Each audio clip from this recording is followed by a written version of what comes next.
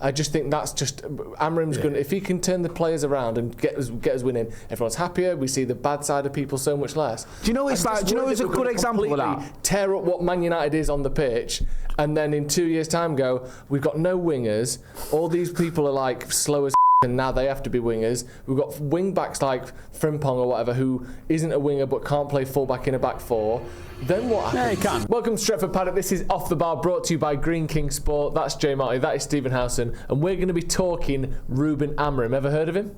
Vaguely. Well, you're about to, because he's United's new manager and has been for in a little while now, but he's starting very soon, and we're going to look at why he was it works official, at like United. Thursday, Friday? This They week didn't mess about, did they? has been ridiculous. Last weekend, I was watching the game thinking, a week ago Ten Hag was sacked, and it's felt like 6 weeks. Like, it seems so long ago, that West Ham game now, doesn't it? Yeah. It's unbelievable. I how have fast so it's many gone. videos planned to milk this, and we got no opportunity to do that whatsoever. I know. Shortlist. Who'd be the best candidate? The big debate. Is it going to be this guy? Is it going to be this guy? No. United were like, anyway, he's gone, and it's probably him. Yeah.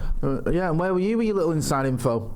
Do you know what I mean? I don't get any inside info. Well, now and again you do. You've had a few tickles where I'm like, right, okay, let's not get involved. with a gaffer like. I know. Barely had a chance to organise our Please Not Southgate protest. Yeah. That didn't even happen, and already I had to go and buy a Pritt stick and everything. Yeah, it's ridiculous. The good thing was, though, it was that quick. There was no scope to be left with egg on your face by having an opinion on him one way or the other, because it was literally like, we've been linked with Ruben Amorim, he's the manager. What? Right, okay. Before you could go, well, I don't know about him. And then On one level, bravo. Yeah. On another level, fucking hell, lads. I know. Some of us have got content to make here. Yeah. Can't you do like a Jadon Sancho where you drag it out for 2.5 years? and make us look really bad in the meantime as a football club. At least we sort of looked somewhat organised, although there's a little element of, she got pregnant a little bit quick after getting divorced, about it all. Yeah. Like, something Holds was that already, baby. Yeah, exactly. Yeah, like, why is he the manager whilst Ten Hag's still carrying his box to the car? Yeah. Like, were they chatting beforehand? I guess they were. They just must have been. Well, that's what they say about relationships. Yeah, exactly. Are you glad that if they're going on a date within a week, Exactly. we're already dating. They were friends at work until... Well, people in glass houses and all that. Are you two glad we've got someone with a beard? Being a member of the bearded fraternity. What ridiculous question is that? Well, I was glad when we got someone who was bald. Ten Hag got facial hair? That didn't count. It wasn't proper, was it? It was a bit Amarim's got a beard. Yeah. Do you know what I mean? Ten Hag had like me in lockdown. Like Patterson. What? Former member of the channel, Adam Patterson. Yeah. He does. He's got a familiar look to him, but I He quite doesn't like look that. like Adam Patterson. Yeah, he does. Do you reckon? Now he's lost a bit of weight. He does. Really? Yeah. I mean, not everyone watching this knows who Adam Patterson is, so it's probably. Has Patterson lost weight? I'll send you a photo to throw up. Yeah, Right. we'll put a little picture of him up. But he used to come on Stretford Paddock. I want to talk about Cam him. was here before. Fresh out of jail, isn't he? Yeah, he is. Sorry. Real sort of off podcast chat, innit? So these all know who Cam is. Let's not pretend they don't know who Cam he is. who used to work here and went to United and has now left United, was in the office earlier. We were chatting to him. There you go. I've brought him up to speed. There you go. I want to talk about Amorim. What's going to work at United? What isn't going to work at United? I like this. Are there going to be any surprises? Because already I'm hearing Bruno won't work. Bruno can't work. He can't work in the two. He's not a winger. It's not going to happen. He's too wasteful. I want to just start with Bruno Fernandes because he's someone that at the start of the year we had to defend if you liked him. Again, we got to that point where if you like Bruno, you're an idiot and you don't know ball because he's too wasteful. Except for the fact that I use that phrase of "you don't know ball" as a marker for anyone who knows ball. Yeah, I completely agree. I was looking before, and he's created more chances than anyone in Europe's top 5 leagues since he arrived at United. And what does that mean? Nothing. It doesn't count for anything. Like, do you think, Steve, firstly, is there any chance that he doesn't work under Amorim? And if he does work, where do you think he will work? It'd be quite ironic, wouldn't it, if the fella from Sporting doesn't work because we got in a fella from Sporting. Yeah. A countryman of his that shit goals and assists since he's been here, and he just pins him. Yeah. Like, it could happen. We have no idea. Like, we're all looking at it. I mean, I've got a video coming out this week where I did a full tactical deep dive into like what that 3-4-3 actually means and how it plays. Might not play it. He might go 3-5-2 and we all go, oh, didn't think he was going to do it. Or he might just go 4-2-3-1. Like, we have no idea. Not just because he played that formation there, that might have been because it suited what he had at his disposal there and he liked it. And maybe it suited that league. You might get to the Premier League and go, I think you're going to play 4-3-3 in the Prem. We have no clue. So in which Does he work in that system of Amorim's? I think he can. Yeah, I think he absolutely could play in the two behind the striker for sure. Could he play in the deeper two? Probably not. I don't think he works as a wing back, but imagine he did. Oh, it'd feel like a real waste to me that. Bruno as a wing back. Think of the energy though. On his ankle. What attributes do you need for a wing back? It's not even that he couldn't be a wing back. It's that taking him away from making goals all the time from the middle. But what if that was his role as a wing back? All right, flip this. Make a case for him to be a wing back. Well, he's got very good energy. Yeah. He's aggressive. He's not a bad tackler. He's not a great tackler by any. He's not Wan-Bissaka, but he's someone that gets stuck in and blocks and intercepts well.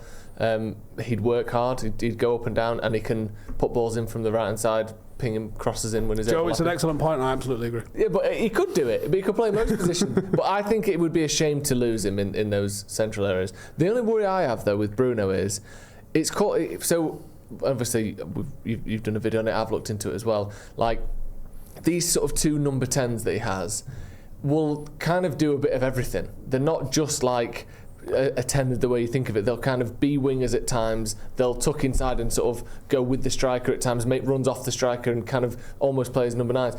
Who do you think of our current attackers, in basically Bruno, Mount, Garnacho, Rashford, Ahmad, Antony, who works and who doesn't work in that position? Because I don't know if they all do, to be honest. Mount, Ahmad, Bruno. Perfect for it. Do work. 2 out of the 3, yeah. What about Eriksen? Could he work that? We don't seem to want to play him that high up for some reason. We like him as a bit more of Eric Ten Hag liked him as a bit more of a conductor. Yeah. I think those could work there. I don't know how Marcus works in this. I don't know how Garnacho works in this. He does play one of the wing backs as a winger, or it is a winger that plays the wing back role. Does he do that in the Prem?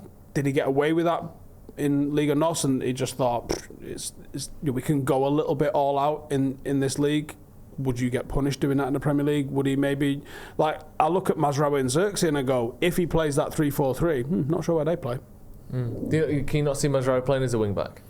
I could see him more as the right or left side of the 3 than a wing back. Yeah. I think you could play him anywhere because I think he's mint. Yeah, I agree with that. I think he's such a good footballer, but I don't think he's a natural for that. How aggressively attacking those, they are wingers. Delo kind of works in that. I don't think we've got anyone else that fits in it, so he'd probably end up just playing left wing back because. Do you think, Jay, you could just, obviously, things you have at United that you don't have at other clubs are the scrutiny, the pressure, the politics, basically what United pie. Yeah, that's true. You don't get that anywhere else. I've heard.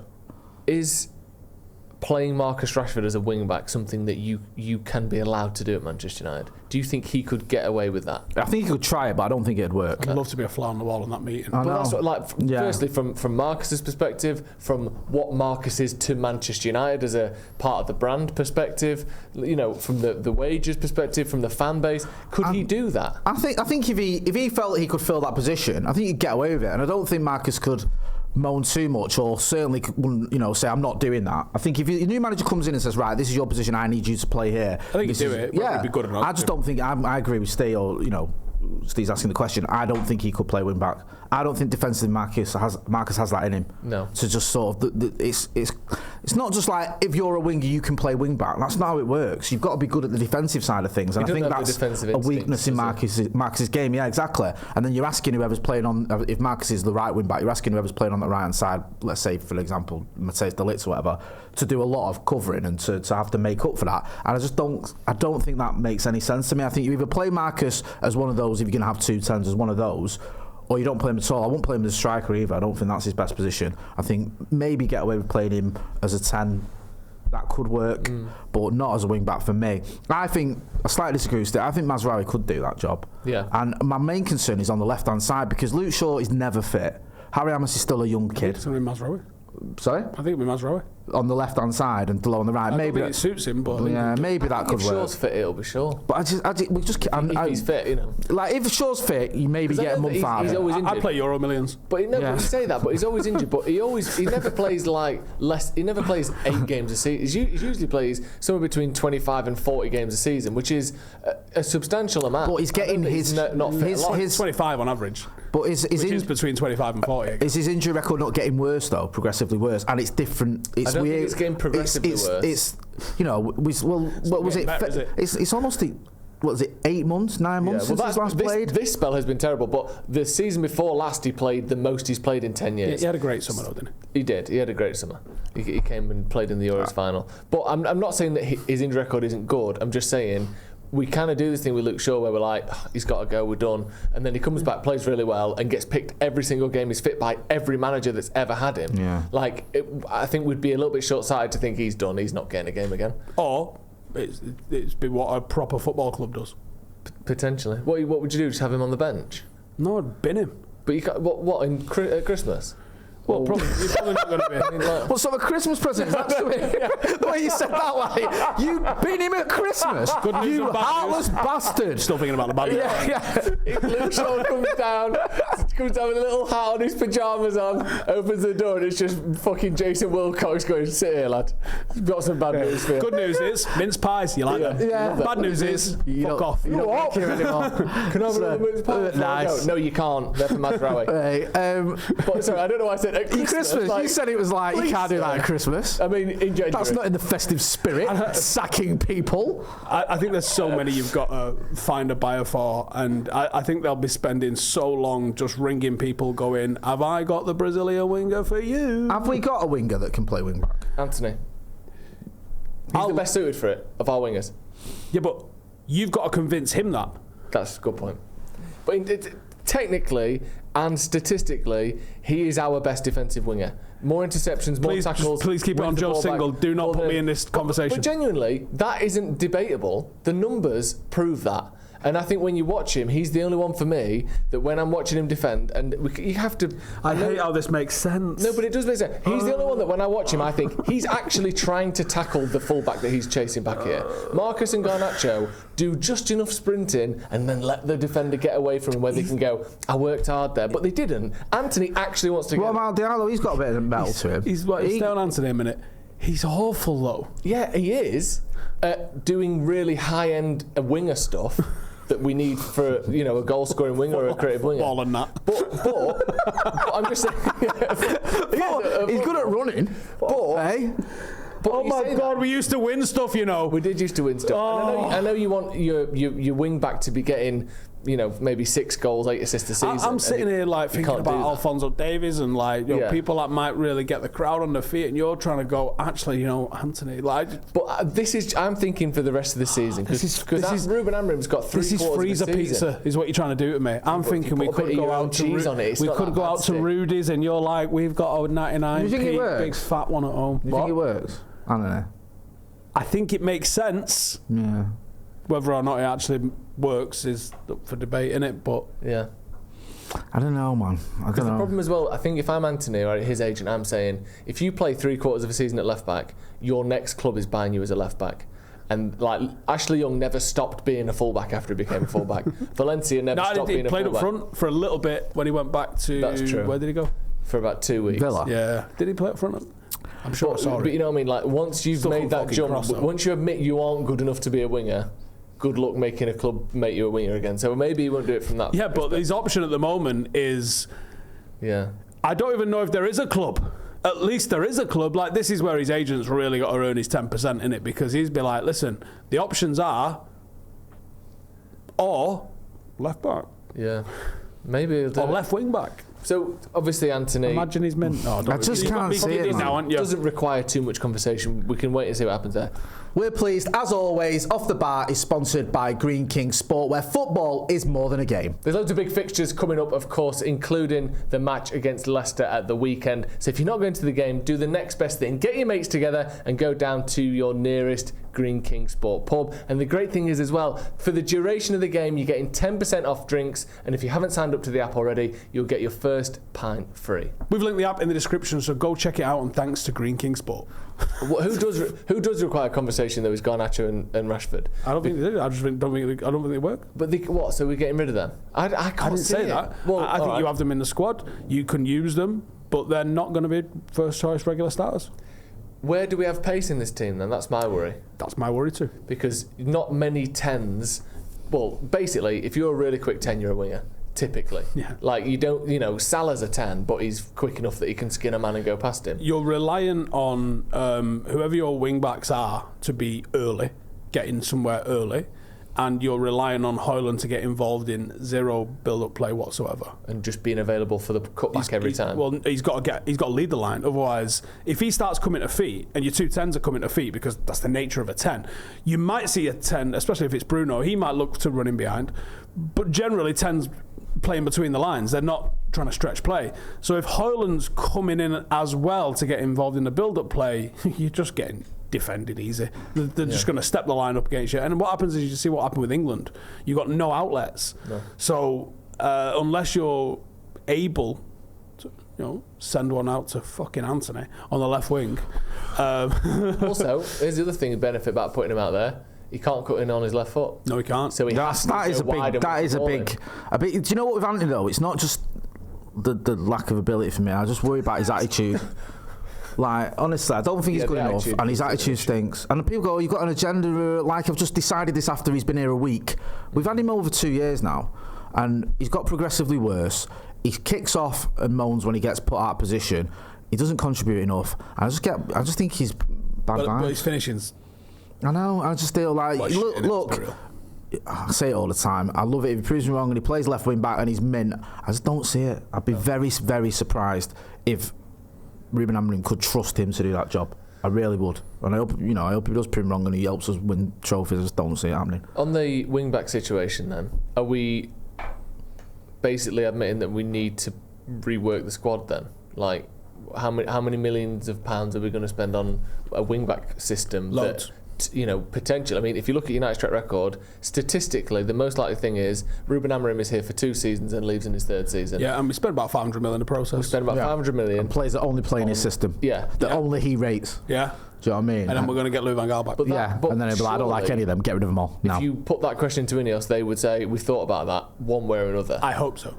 It feels like there's a process. What's the way out of that then? Like, what do you reckon? Like, how do we buy for Amorim in this very unique system that most people in Europe aren't doing? I was thinking that. Harry Hamas. Yeah.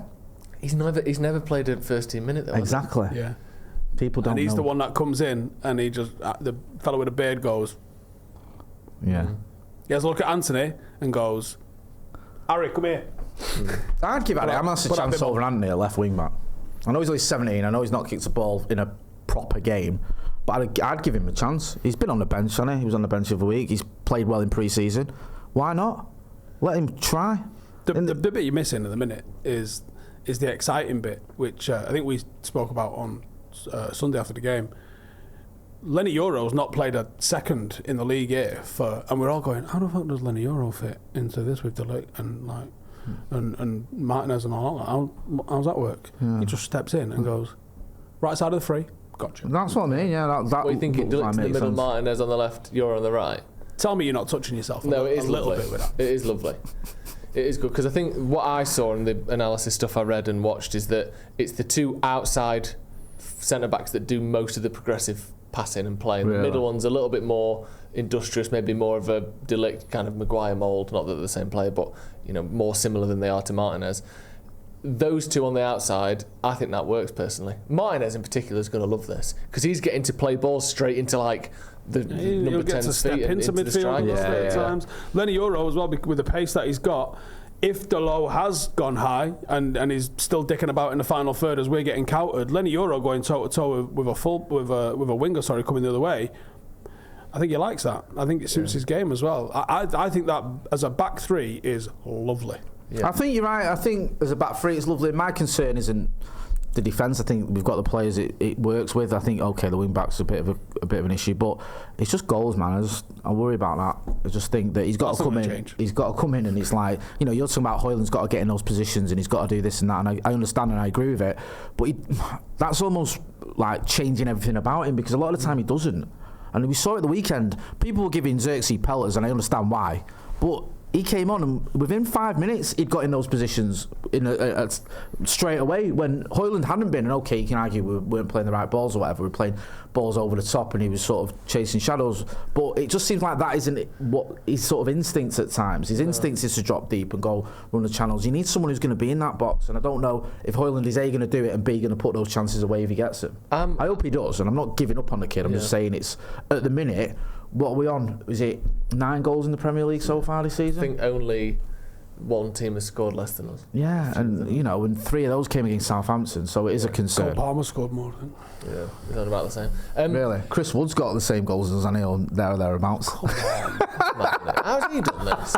Chris Wood has been. Did you have that on your bingo card? Did you do a scouting report on him, did you? Fucking hell, we doing? It's insane, isn't it? I don't want to be negative. Come on, these things do worry me. There's a reason Ten Hag's been sacked, isn't it? Yeah, it's not because we're an absolute full of goal machines. Are we still top of the most missed chances table? That's what counts. Second, that's the real quiz, isn't it? Yeah. I think we're second. What? Oh, yeah. Go ahead. We're 5th or 6th in the chances created. That just shows you someone who can put the ball away. Literally, like, why was Ivan Toney being? That's why. Yeah. Go buy someone, or let's be real, loan someone. What's Cavani up to? Because what a fucking song that was. I'll have him back any day of the week and come and coach. I don't give a fuck. Get him in. Oh, let's sing that song. You've gone full Peter Schmeichel with Cavani, haven't you? You're sick of it.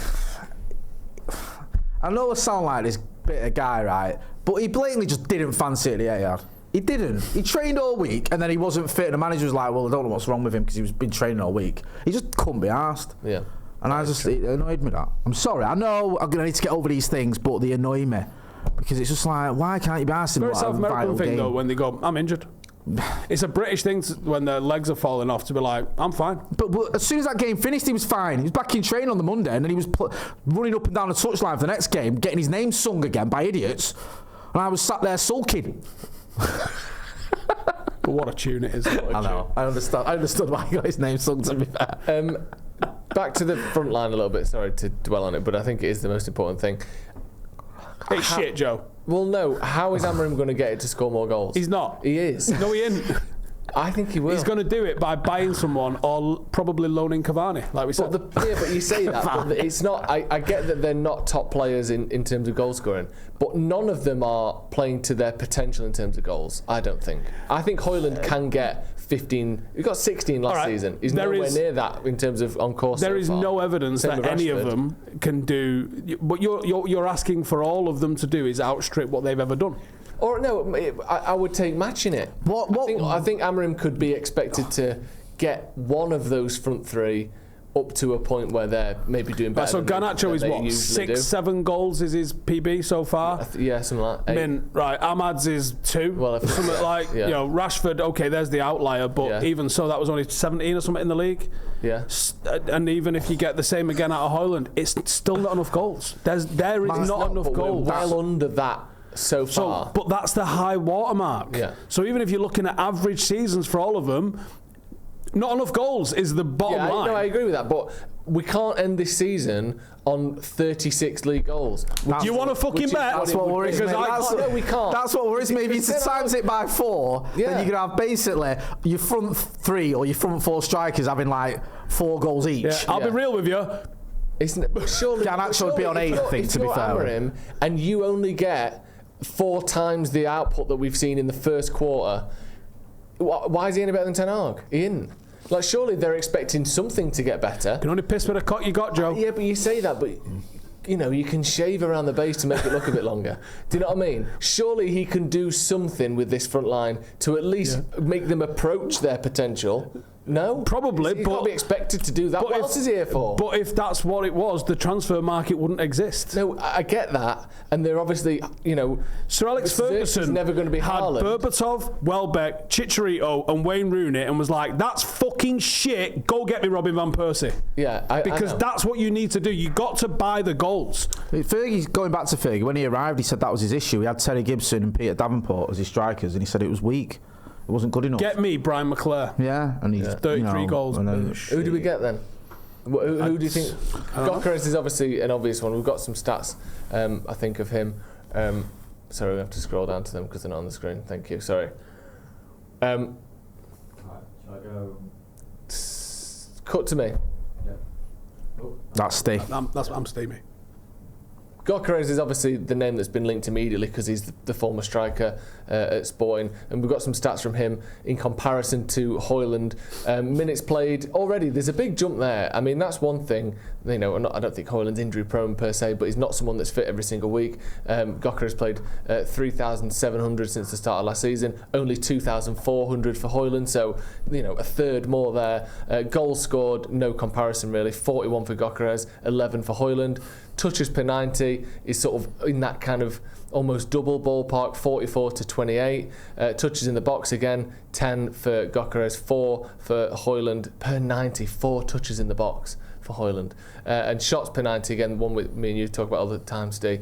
3.8 essentially 4 for Gyokeres and 1.6 for I Højlund. work on a good player will score every fourth shot. Yeah, roughly.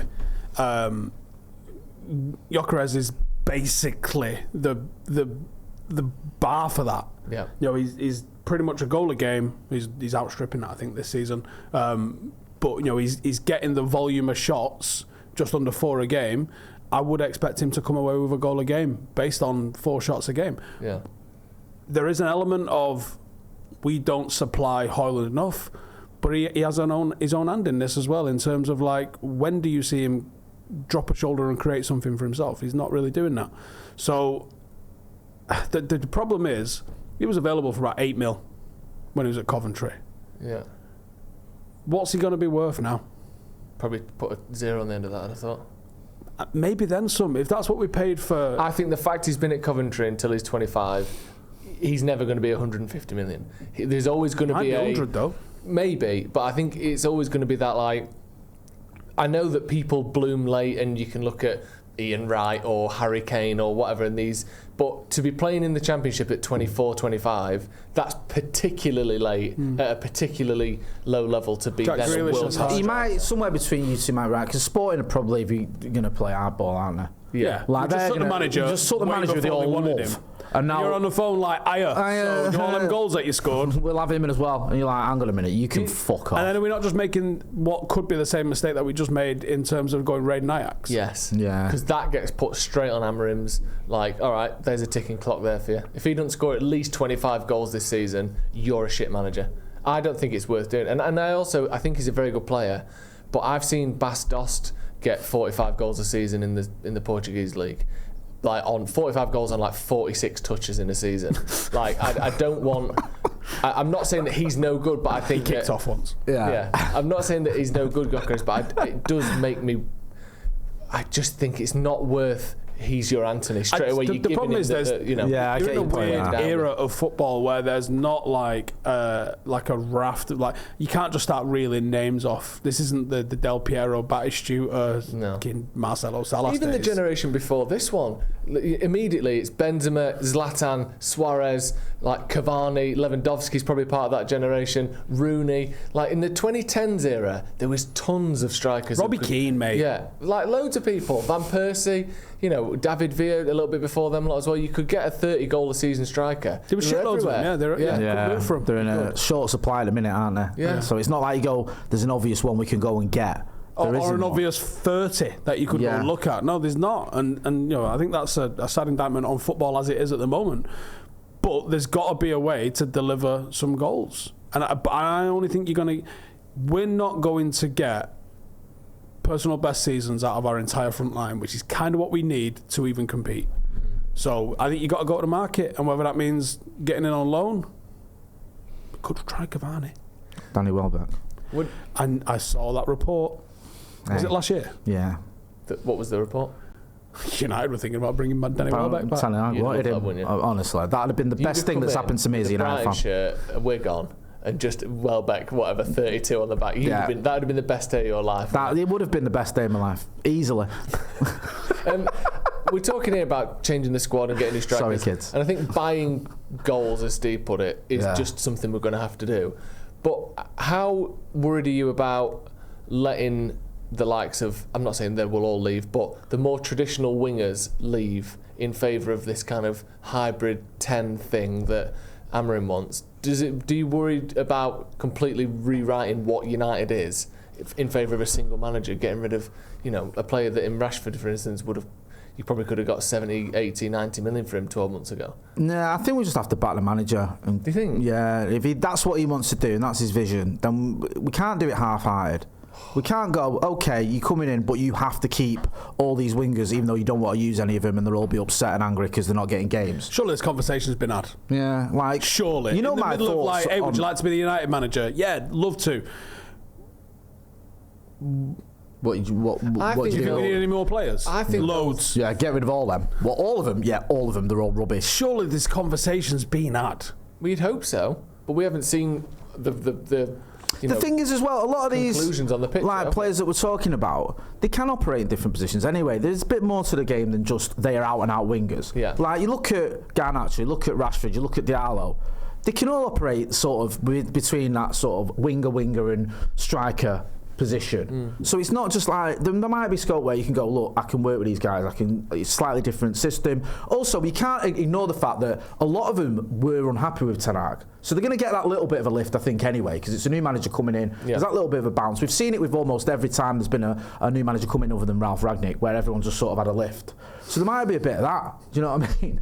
It's your fault. I drank the Kool-Aid with Gegenpress. You telling me off? It was that AI generated. Because I didn't know who he was, and he shouted at me during the break. We got the AI fucking right. Yeah, and he was like, "You don't know what Gegenpress is, you idiot." No, yeah, it lasted for 40 minutes against Crystal Palace, and then we gave up on it. Let's not get into that. All right, fair. I just think there was too many fucking knobs in the squad. Well, that's been the story of our life on it for too long. I think there has been, but I also think the knobs show themselves. Pardon the phrase.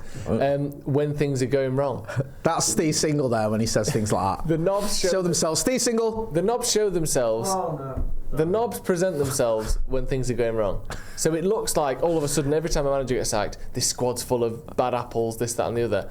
It's not. I don't think it's the case that we've always just had a squad full of knobs. Do you know what I mean? Over the last 10 years, whereas the previous 30 years, everyone was great. Do you know what I mean? It feels like... It's also as well like the team or the squad with Ten Hag, a lot of them were his signings and players that had come in that were new. So it's not like we had all the same players from Jose to Ten Hag. Yeah, Antony is Ten Hag's knob. Sometimes you've got to put your arm on a knob. You have. Yeah. And that's the thing. It's maybe the right manager can, sort of bring the best out of your knob. Yeah. And that's kind of what we need Amorim to do, isn't it? Sometimes you've got to massage a knob into doing what you want it to do. Exactly. With a thumb. Yeah, that's fine. Nothing wrong with that. I honestly do think that, people obviously messing about, but like the squad looks far less like it's full of dickheads when you're winning. I just think that's just Amorim's going to, if he can turn the players around and get us winning, everyone's happier. We see the bad side of people so much less. Do you know it's like? Do you know it's a good example of that? Tear up what Man United is on the pitch, and then in 2 years' time go, we've got no wingers.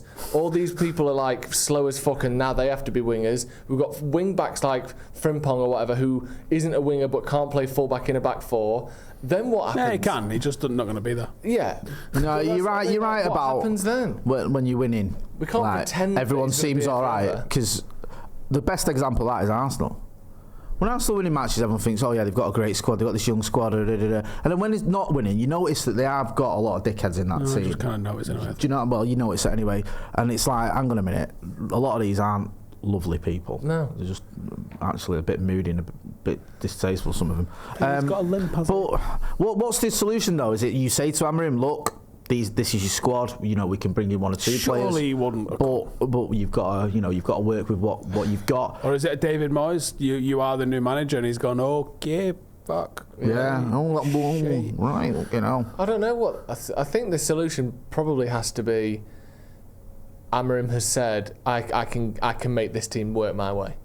I'm hoping that's what has happened, rather than going to need a couple of nooners and these got to go. It might even be a case of he needs to see it firsthand as well. Because remember when Pep Guardiola came in and he was like, he had that first season where it was like he was looking at them all, wasn't it? And then he went, right, these fullbacks, I think it was Kolarov and was it Gael Clichy, I think was still there, and one or two others, and he was like, I need like others, I need, Kyle Walker and whoever else, like we've got to change this up. He spent about 200 mil on fullbacks. Yeah, and he just went, right, okay, but he'd sort of made his case and seen what he needed to do, and he's had a little bit of success since then, to be fair.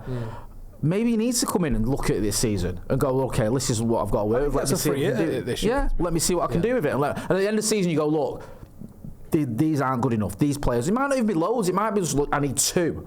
Just give me, I can use Mazraoui on the right-hand side as a right wing-back. I need a left wing-back because Luke Shaw's not fit enough. Harry Hamas isn't ready yet. Something like that. It might be, I can use, Adam's spitball, I'm not saying it'll happen. Imagine it was Frimpong and Alphonso Davies. Oh, mate. Hey. Oh, it might all out attack, tricky. Amorim's Reds 2.8 goals per game, but scoring 4. We're seeing goals though. There's goals there on the pitch. Yeah, it'll be like Kevin Keegan's Newcastle. Football's the winner. And he might be surprised you. See some goals. See fucking no goals this year, Joe. You're denying me my goals. Say that. We saw goals against Tottenham. We saw goals against Liverpool. Do you know what I love as well? We saw goals against Leicester's reserves, and everyone got excited, and then it was back to normal, wasn't it, against Chelsea? Jesus Christ. Frimpong, Davies, a striker that can score. Yeah. Let's have it. We only need to spend about 450 million and we'll be all right. That was yeah, we'll be challenging for that Carabao again. If we do that, that's all it takes. And how good a day out was that, eh? That was a good one, wasn't it? Come on. You say you won't want to do that again? Smile you. It's unbelievable. Give it to Lady Cavani.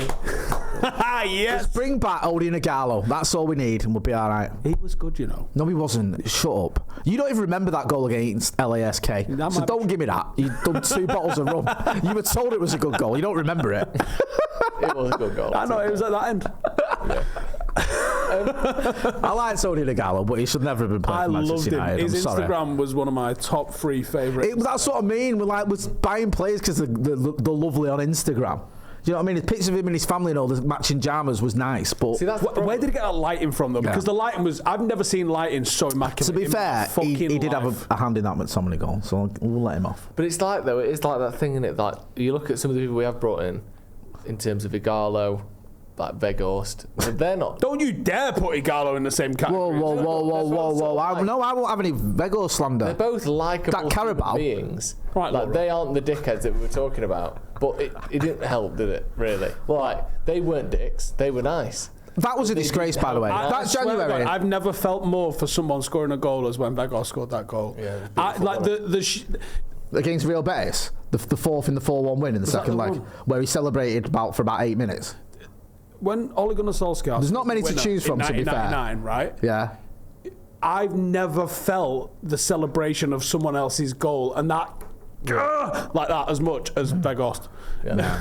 What I loved about that, I was with him on it. because he did like a proper little lap of honour. He did the whole thing, and it was the most it was a meaningless goal. Yeah. It was like it's not meaningless. We were 5-1 up on aggregate. Hey, you go and ask him. No, I get it. Yeah. Do you know what I mean? And I was gutted. You remember, was it Fulham at home on the last game was it a of the bit Premier League make-a-wish? season? Of course it was. It was a bit make-a-wish. I was gutted for him when he almost got his Premier League goal right to death, and he didn't. He was there. The goal was right there, Val. It was right there. Just touch it, it goes in. Do you know what? And he missed. Give me 11 players that give a fuck to that level, though. We'd be in League One.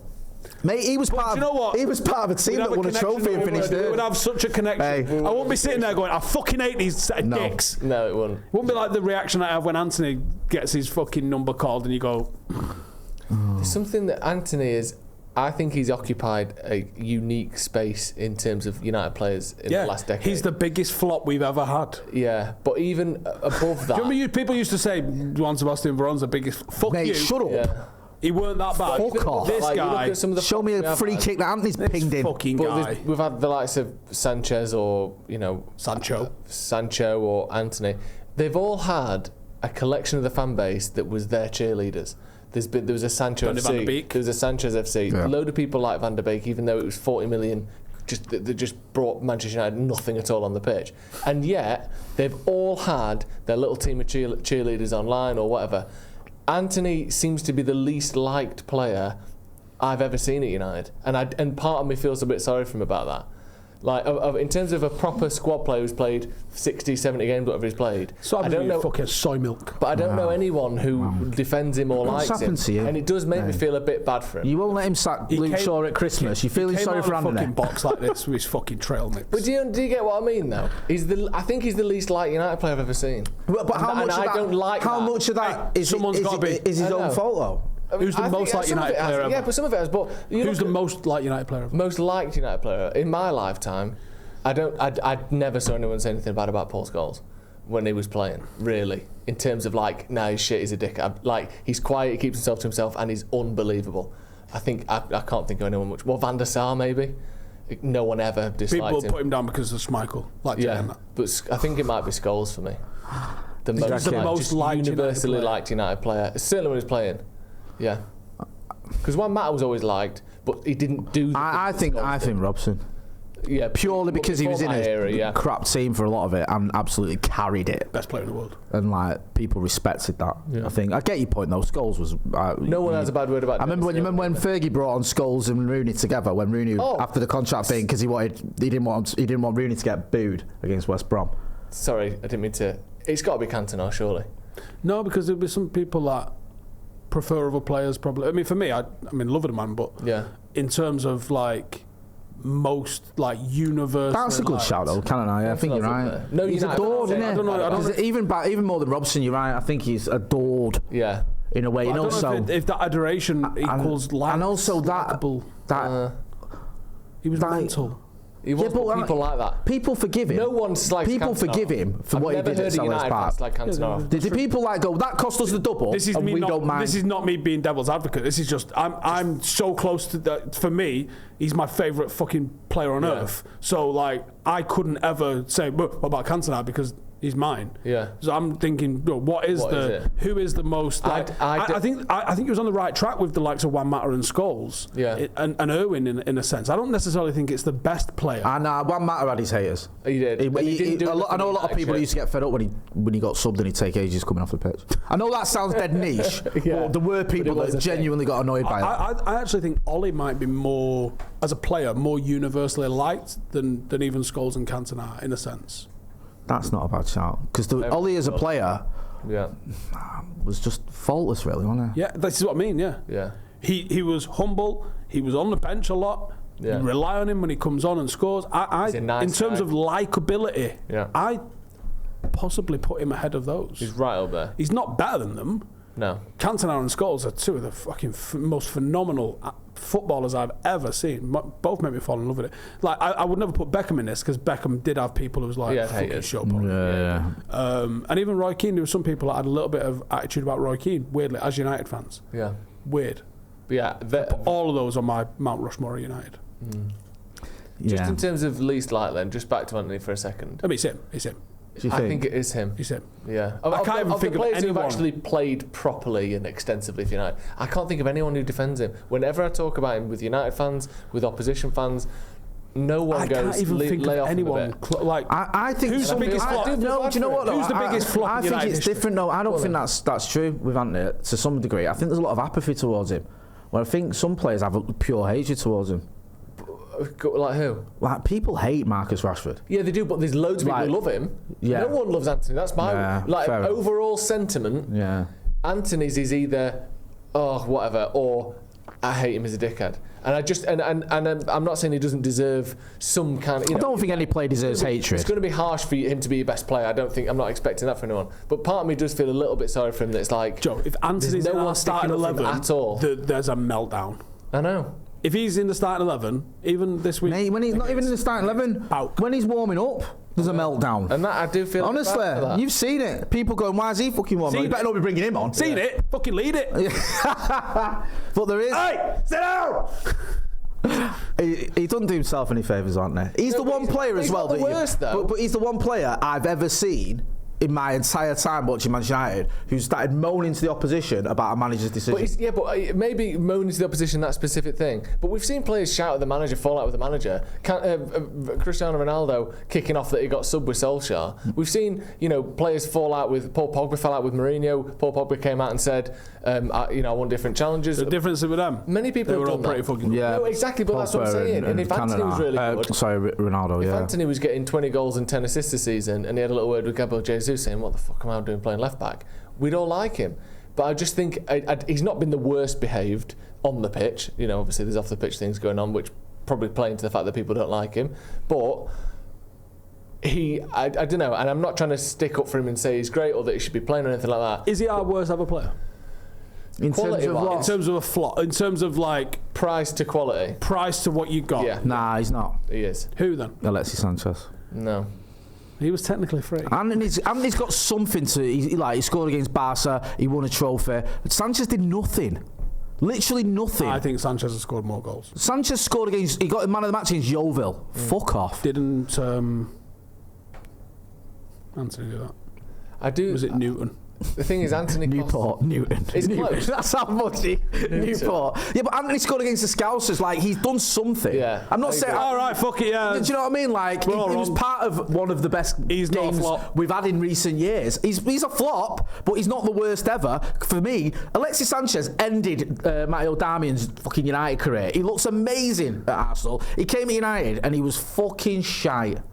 Like, horrible. I think he was better than Antony. Really? The only thing I'll give Alexis Sanchez, other than that game against Yeovil, is the Etihad for, was it 3-2? Where he was decent that game. He was good in that. And that mattered. But also, he didn't mattered cost that. 90 million. That's the other difference. And I agree that they're close. It was a swap for a flop. It was Mkhitaryan out, another one in. No one got a good deal there, did they? No one. Arsenal fans were left fuming and we were... Raiola.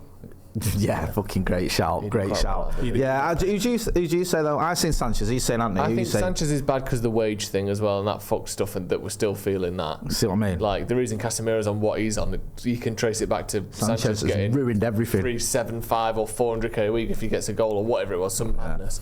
We're still feeling the effects of that. But in terms he used to get a borough in Shropshire. Yeah, they just add land onto his. But I do think in terms of the money we've spent and the return we've got on that money, I don't think, and I think no one can beat What Antony. about Jadon Sanchez? No, because we'll probably get 30 million for him. No, we won't. It's not going to be far off. Is the pound that bad at the minute? No, it's going to be 25 million. I don't think we'll get that for Antony. And actually, Sancho's up there. Sancho's behaviour was worse than Antony's. Fact. Didn't it?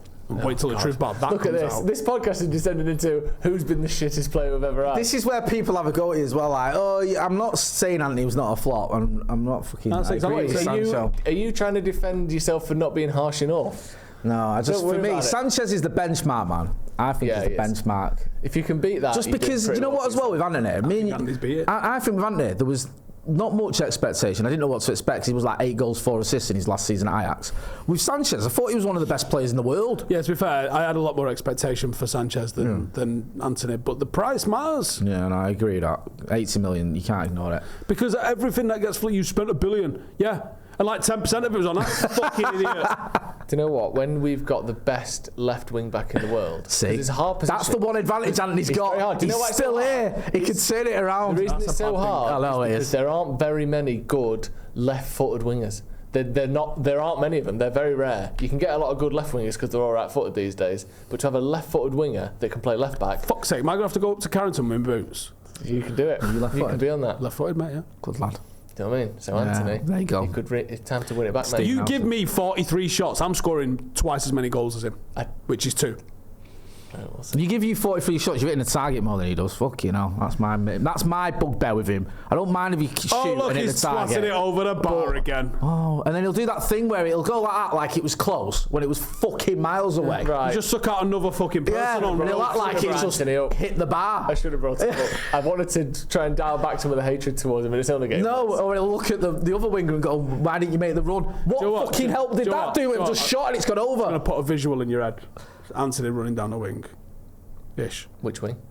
The right wing. Okay. And he stops. He miscontrols it. Goes out for a throw in. The linesman correctly gives them a throw in. Yeah. imagine Antony's reaction. He argues with it and he goes mad. And it looks like he's going to punch the linesman. Yeah.